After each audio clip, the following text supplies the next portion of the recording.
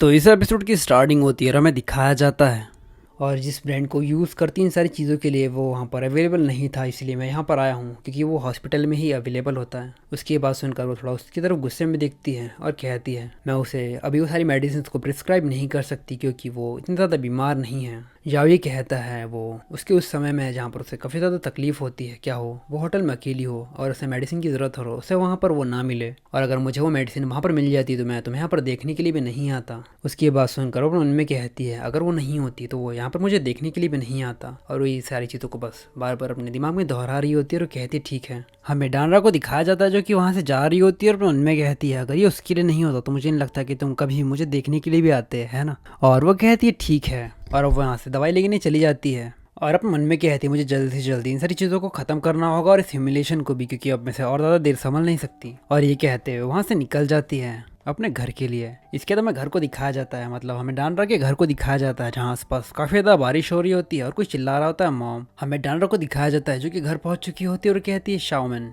क्या वो अभी भी बीमार है। हमें एक लेडी को दिखाया जाता है, वो कहती हाँ उसने अपने आप को घर के अंदर लॉक कर दिया है और वो मेडिसिन भी नहीं ले रहा है, यहाँ तक कि उसने अलाउ भी नहीं किया है क्योंकि वो नहीं चाहता कि कोई अंदर आए। इसके बाद हमें उस लेडी के हाथ में किसी प्रकार की ड्रिंक को दिखाया जाता है जो कि कहती है इस ड्रिंक को जल्दी से जाकर उसे दे दो, इसे पीने के बाद वो बिल्कुल ठीक हो जाएगा। इसके बाद हमें डानरा को दिखाया जाता है जो कि उसके बेटे के गेट के सामने होती है, मतलब बेटे के गेट के कमरे के सामने होती है और कहती है शाओमेन जल्दी से दरवाज़ा खोल दो, मॉम वापस आ चुकी है, शाओमेन जल्दी से दरवाज़ा खोल दो। इसके बाद हमें दिखाया जाता है उसके बेटे को जो कि कहता है मैं बिल्कुल भी नहीं पीना चाहता, मैं एक मॉन्स्टर नहीं बनना चाहता, और ये कहते हुए वो काँप भी रहा होता है। इसके बाद जो ये सारी चीज़ें सोच रहा होता है उसे उसकी मेमोरीज में दिखता है जहाँ पर स्कूल के कुछ बच्चे जो कि कहते हैं शाओमेन ये देखो ये रहा वो किंडरगार्टनर का मॉन्स्टर जो कि अपने साथ में लेकर घूमता है, हाँ ये कोल्ड ड्रिंक करता है।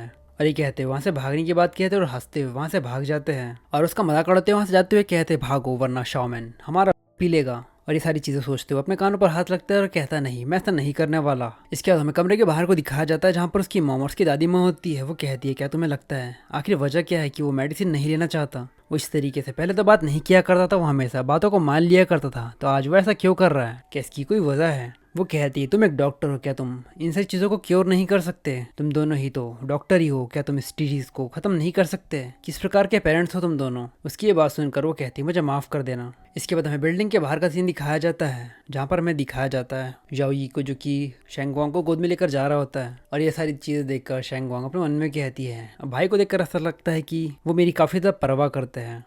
तो ये एपिसोड यहीं तक। अगर आपको एपिसोड पसंद आया तो लाइक और कमेंट करके ज़रूर बताना, और अगर आप चाहते हो कि आप इस प्रकार की और भी सीरीज़ देखो तो आपको सारी सीरीज डिस्क्रिप्शन में मिल जाएंगी, आप वहाँ पर जाकर चेकआउट कर सकते हो।